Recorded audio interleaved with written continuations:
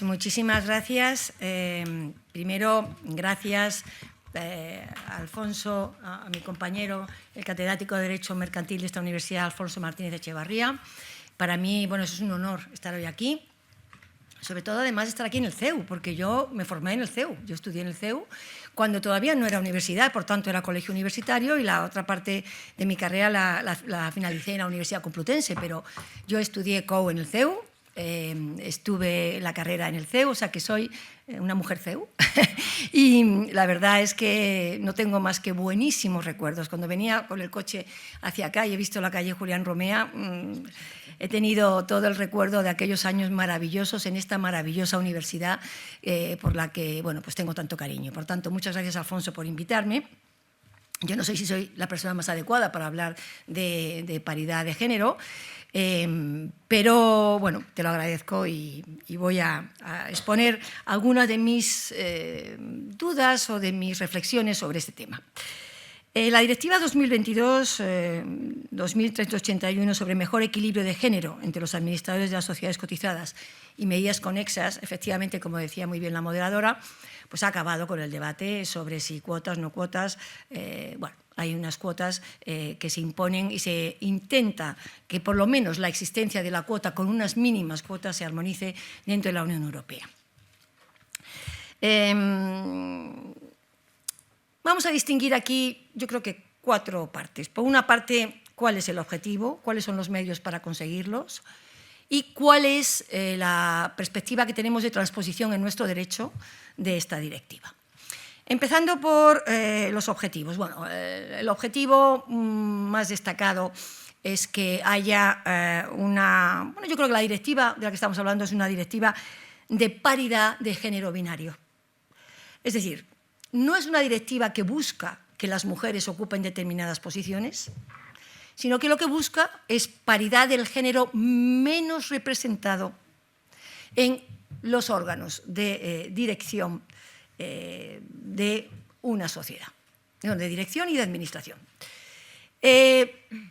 ¿Por qué hago esta reflexión? Porque la palabra género, como estaba hablando al principio de mi intervención con Alfonso Martínez Echevarría, pues es una palabra que utiliza la directiva, que ahora vamos a ver en el anteproyecto de transposición se ha sustituido en el título la palabra género y se habla de hombre y mujer, porque la primera pregunta que se plantea es género, estamos acostumbrados al género binario, hombre y mujer. La directiva a veces habla de hombre y mujer, pero otras veces lo deja en género. No voy a entrar aquí en una discusión sobre si hay un tercer género o un cuarto o los géneros que pueda haber. Ese es un tema que está siendo ahora objeto de debate, yo creo que más bien médico que jurídico, es un debate médico que alguna vez tendrá plasmación o no jurídica y en ese momento tendremos que plantearnos esto. Hoy por hoy el género es binario. Aquel género que tiene reconocimiento jurídico es binario. Por tanto, estamos hablando de tener una presencia equilibrada de hombres o mujeres. En este momento, el género menos representado son las mujeres, pero esto se puede invertir en cualquier momento. No hace falta más que ver esta mesa. Por ejemplo, aquí paridad de género no hay ninguna. Aquí hemos desequilibrado claramente y haría falta introducir esa paridad masculina, porque esta mesa, desde luego, es todo lo contrario a esta directiva. Yo creo que bueno, lo que se busca por parte de esta directiva es que la composición de la sociedad civil se refleje en los órganos de dirección y de administración de las sociedades. Y la verdad es que la Comisión llevaba mucho tiempo, como decía muy bien la moderadora, 10 años ha tardado esta directiva en poder aprobarse. Antes hay que reflejarse, o hay que fijarse en la comunicación de la Comisión de 5 de marzo de 2010 sobre el compromiso reforzado a favor de la igualdad entre hombres y mujeres, que ya constituyó un precedente, y la Estrategia Europa 2020, con la comunicación también de 3 de marzo de 2010, donde bueno, era un objetivo perseguido. Hay que tener en cuenta que también esto conecta de una manera muy importante con las medidas de ayuda e impulso social. Es decir, aquellos países como, por ejemplo, Noruega, que son países que tienen un marco muy protector de la conciliación familiar, etcétera, son países donde esta paridad de género se ha conseguido antes y en mayor medida que aquellos países que no tienen medidas de apoyo y de ayuda social. Pues hablemos de tipos de guarderías, de atención o de tiempos de descanso en maternidades que sean compartidos por hombres y mujeres, etcétera. Es decir, porque cuando hablamos de estos temas de las cuotas y hablamos de que tiene que haber mujeres, la verdad es que yo estoy en un despacho americano muy potente, donde si me preguntan el número de socias que hay, prefiero no responder. ¿Eso quiere decir que es que no hay mujeres valiosas? En absoluto, las hay valiosísimas. Es más, hoy sabemos que más del 60% de las mujeres de los licenciados universitarios son mujeres. Y en mi propio despacho se admite que las mujeres pueden llegar a ser mucho más eficaces en muchas cosas que los hombres, pero la pregunta es esta: ¿por qué no hay ninguna socia en el despacho? Es decir, hay un tema legal y un tema de cuotas, efectivamente. Hay que procurar tener y dar visibilidad a ese colectivo que por tendencia y por inercia no pasan a formar muchas veces parte del Consejo de Administración, porque todos sabemos que estás en un consejo y estás en 4. Si el que está en un consejo es un hombre el que está en 4. En la vez que una mujer está en 1, está en 4. Entonces, quiere decir esto que las tendencias y las inercias hay que vencerlas, pero también está este otro tema que yo quiero llamar la atención, porque si distinguimos entre presencia en el Consejo de Administración y la alta dirección, hombre, ahí tenemos que tener en cuenta también esos elementos que digo. Hay muchas veces en que en una carrera ascendente de una mujer hay unos años en los que esos años yo diría que se congelan o se pueden congelar.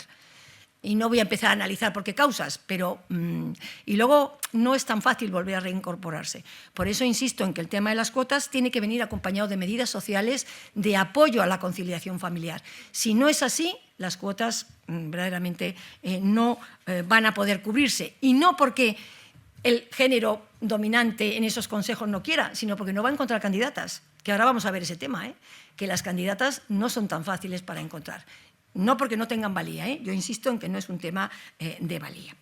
La directiva, desde luego, ha optado por las cuotas, la autorregulación y dejar que sean los que representan al género, valga la redundancia, más representado, para que haya una representación equilibrada, no ha dado buen resultado y, por tanto, pues, los países también que han tenido cuotas hasta ahora tienen mayor composición paritaria dentro de los consejos de administración. Pero, insisto, distingamos entre lo que es la alta dirección y la pertenencia a los consejos de administración.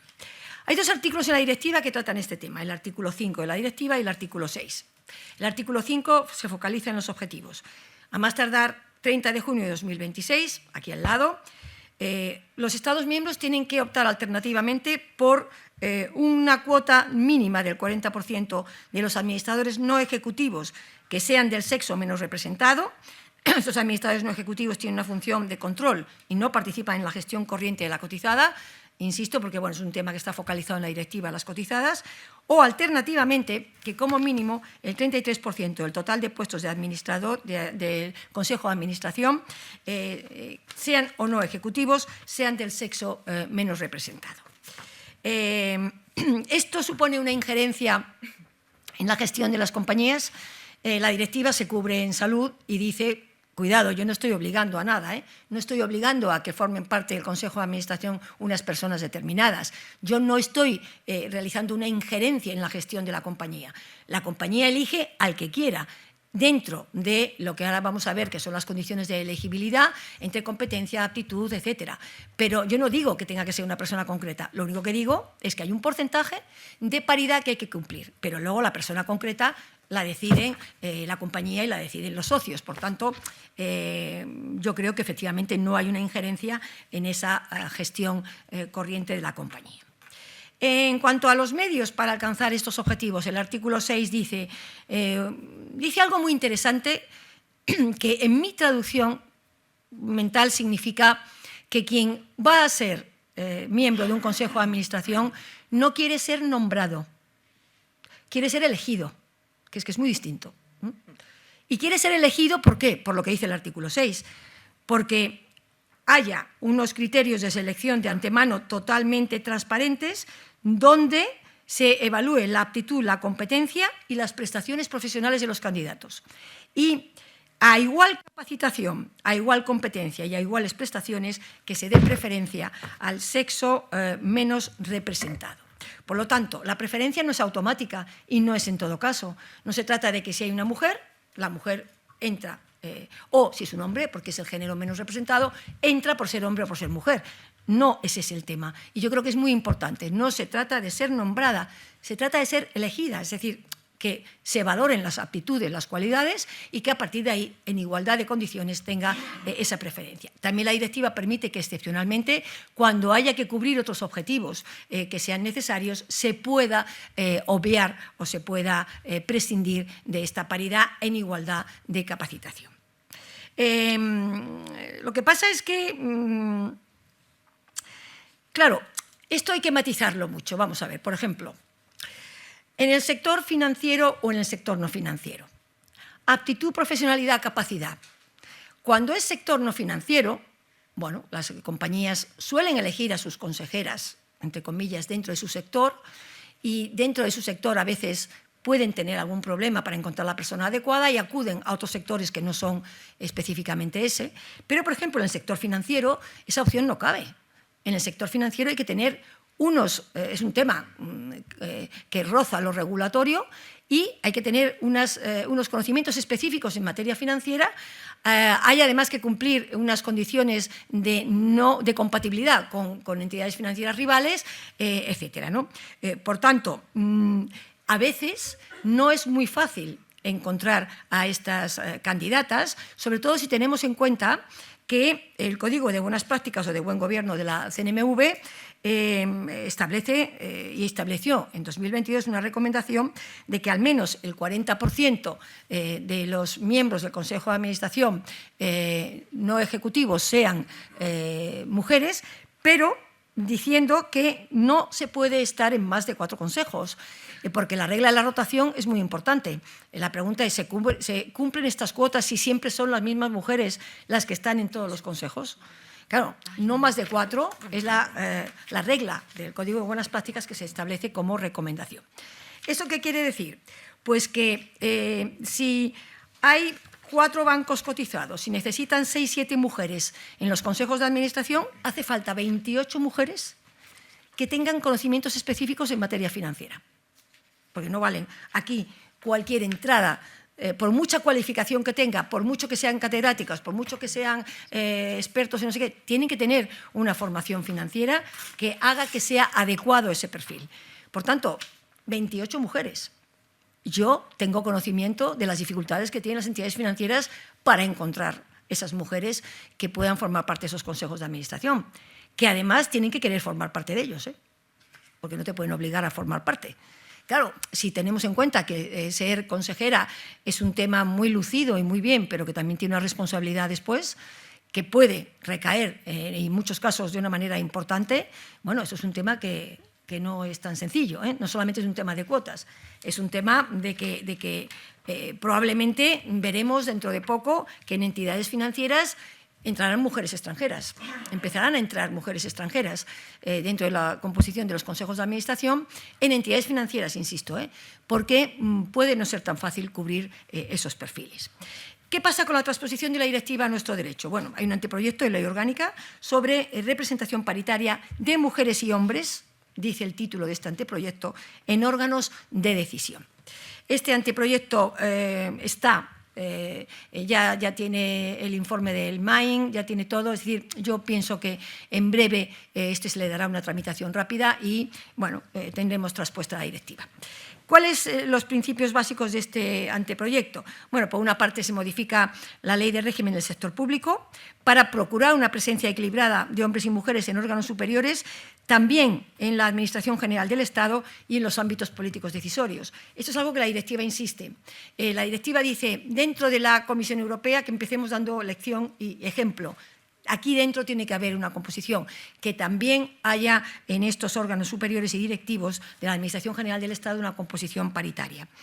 El capítulo cuarto se dedica a un mejor equilibrio en sociedades cotizadas. Se modifica el título 14 de la Ley de Sociedades de Capital y se introduce un 529 ter, donde se establece una presencia como mínimo de un 40% de miembros en el Consejo de Administración del sexo menos representado, y no se dice si ejecutivos o no. Bueno, ahí hay un tema que habrá que matizar. Esto ha pasado por la Comisión General de Codificación, lo hemos visto en la Comisión General de Codificación y hemos hecho las observaciones. La catedrática de Derecho Mercantil, Esperanza Gallego, forma parte también de esta comisión y sabe que hemos visto este tema y, bueno, vamos a ver qué pasa con el tema de consejeros ejecutivos o no ejecutivos. También nuestra transposición lo extiende a sociedades de interés público no cotizadas, pero que a efectos de la legislación de auditoría sean consideradas de interés público y que tenga un número medio de trabajadores superior a 250 y más de 50 millones de balance anual. La presencia como mínimo se dice de un 40% de miembros en este Consejo. Sanciones. Bueno, todo esto no valdría de nada si no hay sanciones. Nuestra transposición lo que dice es que el artículo 292 de la Ley de Mercado de Valores introducirá las sanciones económicas que correspondan y la directiva lo que dice es que tienen que ser eficaces, proporcionadas y disuasivas. Bueno, hay países como Noruega que lo que hacen es que disuelven la sociedad que no tiene esta composición de cuotas paritarias. En otros casos es una multa, en otros casos es la nulidad del nombramiento que se ha producido, en fin. Que lo que sí es verdad es que nuestro anteproyecto deja a la CNMV esta responsabilidad en su fijación si se incumplen estos objetivos.